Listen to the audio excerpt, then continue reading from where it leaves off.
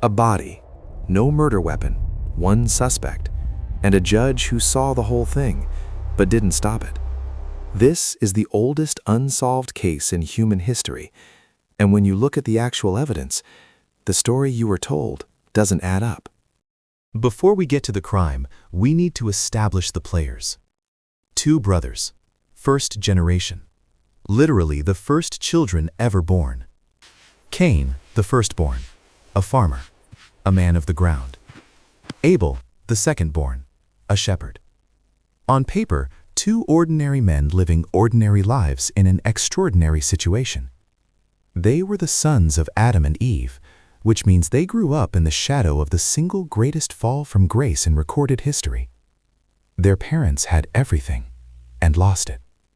That kind of inheritance doesn't leave a family unchanged. Now, here's the first thing investigators need to note. Cain is described as a man of the ground. In the ancient world, the firstborn son inherited everything: status, land, blessing, legacy. Cain had every reason to believe the future belonged to him. Abel had every reason to accept his place. So when the dynamic shifted, it didn't shift the way you'd expect. Both brothers brought an offering to God. This is where the case gets interesting. Cain brought fruit of the ground, produce from his farm. Abel brought the firstborn of his flock, the fat portions, the best of what he had. And God accepted Abel's offering and rejected Cain. No explanation given, no warning, no second chance offered in advance. Just accepted, rejected. Now, investigators have debated the reason for centuries. The most common theory, it wasn't about what was brought, it was about how it was brought. Abel brought the firstborn, the best, the first and finest. The text doesn't say Cain brought his best. It just says he brought some. Some. In a court of law, that word matters. But here's what nobody talks about. God didn't just reject the offering. He rejected Cain. And Cain's face fell. That phrase, his face fell, is the first recorded description of human rage in history. Right here. This is where the motive is established. Here is where this case takes its first unexpected turn. Before anything happened, God spoke to Cain directly. He said, "Why are you angry? Why has your face fallen? If you do well, will you not be accepted? And if you do not do well, sin is crouching at the door. Its desire is for you, but you must rule over it." Read that again. God gave Cain a warning, explicit, direct, personal. He told him exactly what was happening inside him. He told him exactly what was waiting for him if he didn't pull back. And then he left Cain to decide. This is the detail that investigators cannot ignore. The murder of Abel was not an impulsive act. It happened after a direct warning, which means what followed was not a crime of passion. It was a choice. The text is remarkably sparse on the details of what happened next. Cain said to Abel, "Let us go out to the field." And when they were in the field, Cain rose up against his brother Abel and killed him.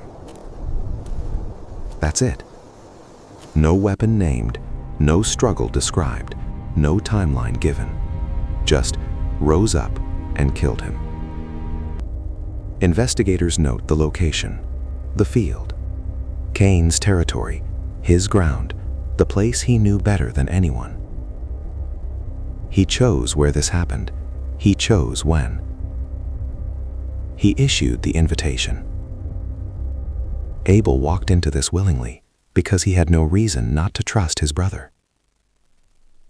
The oldest manipulation in human history, an invitation from someone you love to a place where no one else can see.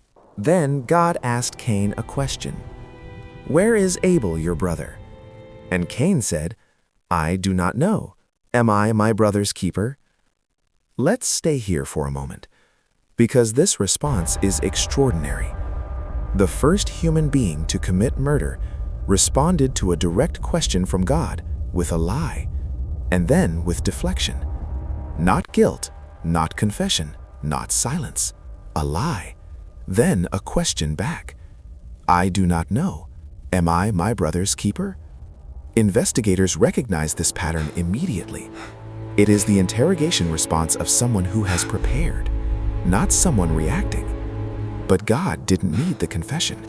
He said, "What have you done? The voice of your brother's blood is crying to me from the ground." God handed down the sentence.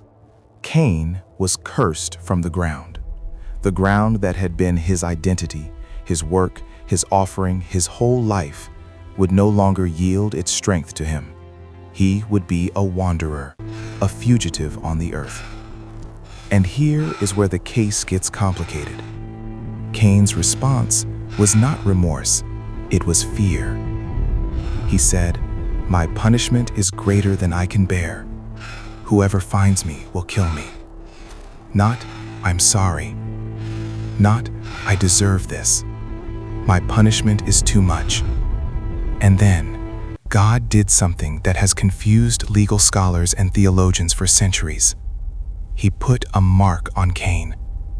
Not to shame him, not to identify him as a murderer, but to protect him. Whoever kills Cain, vengeance will be taken on him sevenfold. The world's first murderer walked away under divine protection and built a city. Make of that what you will. The case of Cain and Abel leaves more questions than answers. Who was Cain afraid of if his parents were the only other people on earth? What was the mark of Cain, and does it still exist?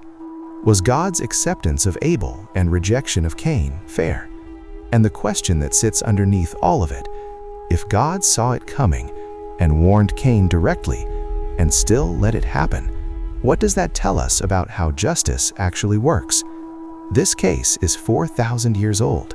It has never been closed, because the questions it raises are questions we are still living inside. Next case, King David ordered a murder. He was the most powerful man in the kingdom. The victim had done nothing wrong, and David got away with it. For a while. Subscribe. The case files are open.